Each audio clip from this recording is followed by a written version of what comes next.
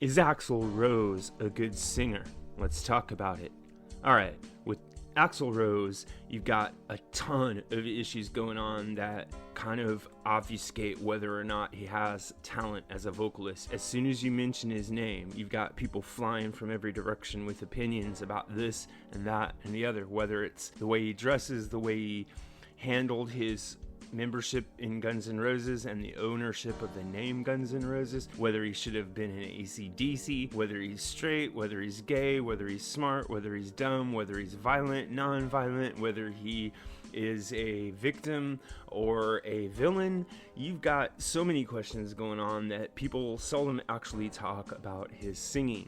The last serious conversation that people had about his singing, I think, came about when he was mentioned in the Guinness Book of the World's Records or some other record-keeping place as having the voice with the widest range.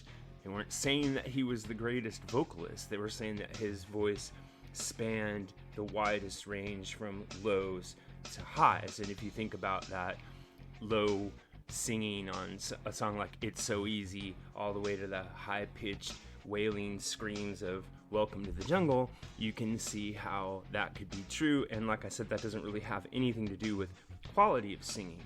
It's the actual quality of his singing that I'd like to talk about here, and I'm just going to keep it short and then let you guys tell me what you think. So Axl Rose never said or inferred or implied or tried to make himself out to be a great singer.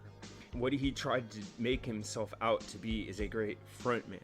In other words, he may have tendencies of a diva and he may do operatic vocal styles sometimes in his performances, but his main focus all the way from the very beginning on Appetite all the way through to now has been on being a frontman, and that involves writing lyrics, dressing up, doing stage moves, doing things off stage in the media to gain attention, and generally creating a persona that draws attention to the band. He would be the first person to tell you that he's as much involved in that as he is singing, so let's keep that in mind. So point number 2, his vocals went through a lot of different changes and styles and types of orientation over the years. On the Appetite for Destruction album, he has a strong, very strong punk influence.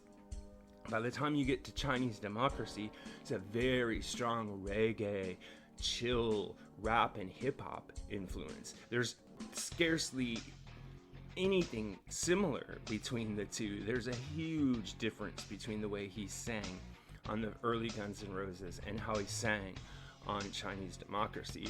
And this shows something. This shows that he's interested in what his voice can do and that he's interested in pushing it into new directions. And although it's more obvious that he's trying to do this on Chinese Democracy, it's also present on Appetite for Destruction. His experimentation with different timbres, different ranges, and different mixings of his voice together, using the overdubbing capacity to create different textures, kind of in a manner of Freddie Mercury. So being a hard rock or heavy rock vocalist is different from being a pop vocalist, and it's different from being a metal vocalist. You're not Rob Halford and you're not Elton John. You have to find somewhere in between there where you can deliver almost a bluesy attitude, but a hard edge attitude with a Bon Scott or a Steven Tyler or a Robert Plant edge to your voice. But you also have to make it pleasing, you have to make it melodic, you have to make it stand out and be radio friendly, or at the time of Guns N' Roses and Appetite for Destruction, you had to make it MTV friendly, and not just visually, but audio as well. So all of those things go into influencing what Axl Rose did as a vocalist. He was very conscious of all these things as an artist, and he did his best to engage with them. Well, what's the verdict? My verdict is he's not a great singer. He doesn't have a great voice. He may have a lot of range to his voice, but he's not a naturally gifted singer. I wouldn't think anyone would want to sit in like a small club and listen to Axl Rose sing and play the piano for more than maybe one song. He just doesn't have a voice that, to me, is particularly welcoming or pleasing. On the other hand, he's a great frontman, he's a decent lyricist, and he's a really good image cultivator in terms of understanding how to use media and how to present himself as a rock star. So, all those things given, I think the tipping point comes down to this. His true talent is as an arranger. Axl Rose has a gift for arranging music, for understanding how musical parts fit together, and understanding how to make them interesting and exciting. If you listen to a song like Estranged, you can hear it quite clearly on display. The same goes for most of Guns N' Roses songs and all of the songs on Chinese Democracy. They have this incredible, just brilliant arrangements. This makes it seem as though Axl Rose is a better vocalist than he actually is, because he is using his arranging skills to spotlight his vocals. So my verdict on it is Axl Rose is sort of a mediocre vocalist who, through devotion and creativity, made himself into a great vocalist, quote unquote, through the use of all these other aspects. And there's nothing wrong with that. There's a lot of rock vocalists who do this and a lot of pop vocalists who do this.